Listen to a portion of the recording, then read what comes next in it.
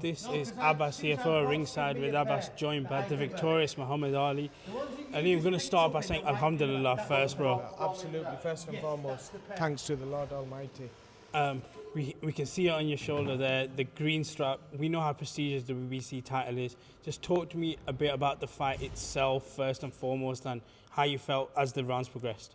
Do you know, the first round, I'm going to be honest with you, do you know, it's my first time boxing in 8-ounce gloves. We couldn't get the gloves on my hands, do you know, they were that small. It took us like half an hour getting the gloves on my hands. We just kept loosening them up. And in that, I weren't warm proper, so in that first round, it was a wake-up call. So second round, coach gave me a kick up the backside, and you know, I came out and just got into the fight. You know, got into it. What round was it? I dropped him. I think it was three or four, yeah. Big knockdown, wasn't it? Yeah. And I could have finished the meal off then, but I don't know why I didn't finish the meal off. Listen, throughout the fight, like you said, after the knockdown, it felt like I got comfortable. Yeah. He looked like he was tired. Yeah. He was trying to push his body onto you, and it looks like his weight and his size. Did you feel that? Like, how were you able to overcome that? I was comfortable. Do you know, if you look at my face, yeah, like my head's all hurting. I've got all bruises all over my head. His head was a weapon. We were banging my head. You know, we were clashing heads a lot. You know, if you look at my eye, that was a head clash. You know, it was a lot of head clashes. I was going to say, in terms of the support, one side we had a lot of people chanting for Inder Bassi, yourselves, you had a lot of support. Just talk to me about how important that was in this particular fight, to be able to hear the crowd and to hear your name chanted. Did that motivate you throughout it, or was it something that you were able to zone out even though it was still going on? No, I zoned out because I'm fighting for a title. I wanted to create history. I'm the first type 1 diabetic champion in the world.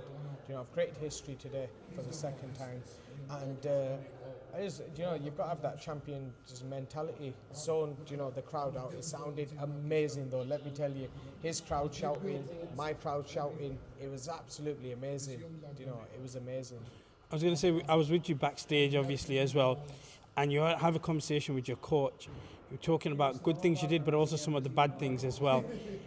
Are you, as a boxer, are you constantly looking to improve even in moments of victory like this? Absolutely. Do you know, there's a lot I've took away from that fight, and you'll see me making improvements on the mistakes I made today in my next fight.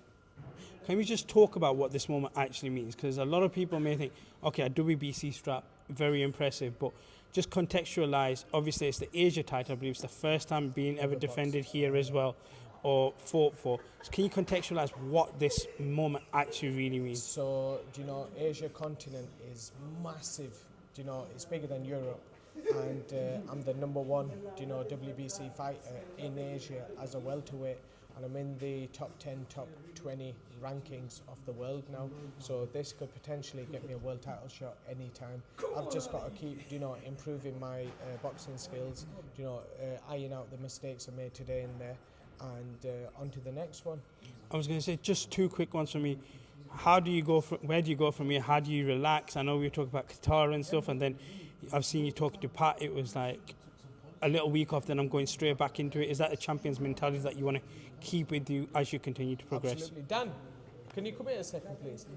So I'm going to introduce you to Dan. He's the one who got me the fight, and maybe he can shed a bit of light on what's next for me.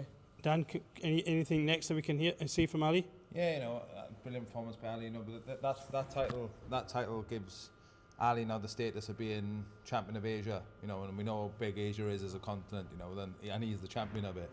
You know, that nice green and gold belt. You know, it doesn't say world on it, but I know how much being the Asian champion to Ali means. You know, and Pat Barrett put on this fantastic show tonight. And obviously brought that title on board for Ali to win, and delivered on that promise that he promised Ali all them years ago, that he'll deliver him that title. Considering, so, you know, the world is Ali's oyster now. You know, he's got opportunities where he may be able to defend that in Asia somewhere maybe, or that will give him also a world ranking as well, which will put him high up in the world rankings. Well, you never know what type of fights will come then. Do you know what I mean? We know what boxing's like. Opportunities come and they get given, and with holding the belt like that, you never know what's going to come for him. Thank you. Just want to get one final question. Obviously, your story, a lot of people see it and think, look, new version of hope, obviously resilience and stuff. When we look at the global side of things, what's happening in Pakistan with the floods, what's happening with Palestine and everything, can you just share some words of comfort for some people and just talk about that and what we can do as people to try to support in Pakistan and Palestine across the world. Yeah, look, guys, look. I'm going to take this subject away from, from.